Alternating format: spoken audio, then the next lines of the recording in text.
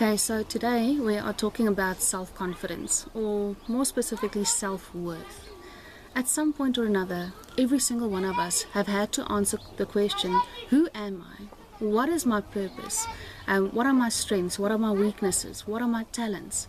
Where do I fit in this family that I find myself in? Where do I fit in the society that I'm in? What is my worth? Do I compare myself to somebody else? Am I as good as somebody else? Am I more averagey? Do I have less skills than somebody else has? And so you have this thing of trying to find a balance of what you are comfortable with within yourself and who you are, what your worth is. And that is a struggle that you work through and eventually become comfortable with that, or you become comfortable with what you find yourself to be. But when you're a teenager specifically, a whole lot of things change in your life, and you really face the question of who am I? How do I compare to my peers? What are my strengths? What are my talents? What is my purpose? And throughout life, you face the same question a couple of times, depending on your circumstances.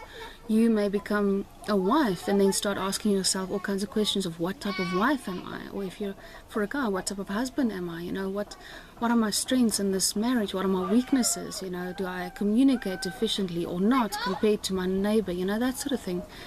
And if you become a mom, you have a whole new set of questions. What type of mother am I? Am I a good mom? Am I an averaging mom? Am I doing poorly compared to my neighbor, or whatever the case may be? So who I am is a question that all of us have to answer at some point or another. But here's the thing. Do you know that when Jesus was on earth, he asked exactly the same question? But he phrased it a little differently. He was speaking to his disciples, and he asked them the thing that we all ask: who do people say I am? Who do people say I am? And they answered and they said, he's a prophet, or he's, Elijah, and all that sort of thing. And then he turned around and he asked, but who do you say I am? He asked exactly the same question. The difference is, he did not need to validate himself in any way whatsoever. He knew that he was the Son of God. He knew that when the word spoke about the earth coming into existence with one single word, he is the person who spoke that word. He knew that David spoke about him when he said, you knit me together in my mother's womb. He knew he is the person that was spoken about when it's mentioned that he knows every single star by name.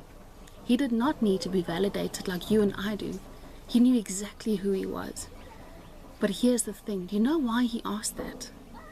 Because we need to understand who he is. We need to understand who created us, who made us, before we can even begin to understand what our worth is. Nobody makes something that they don't put time and effort into and create something that is beautiful and perfect and looks at it and thinks it's worthless. Nobody does that. And the same with God. He never ever made you perfectly, completely, with everything that you are, and then thought to himself, oh no, that's worthless. Who do you say he is? Because if you know who Jesus is, you know who you are because of him.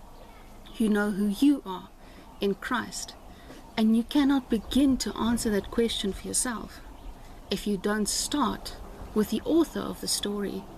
You are the story. He is the author. He is the one who created you. You first need to know who made you before you can even begin to look in the mirror and see the image that he created you in. So till next time, look at yourself and see your creator.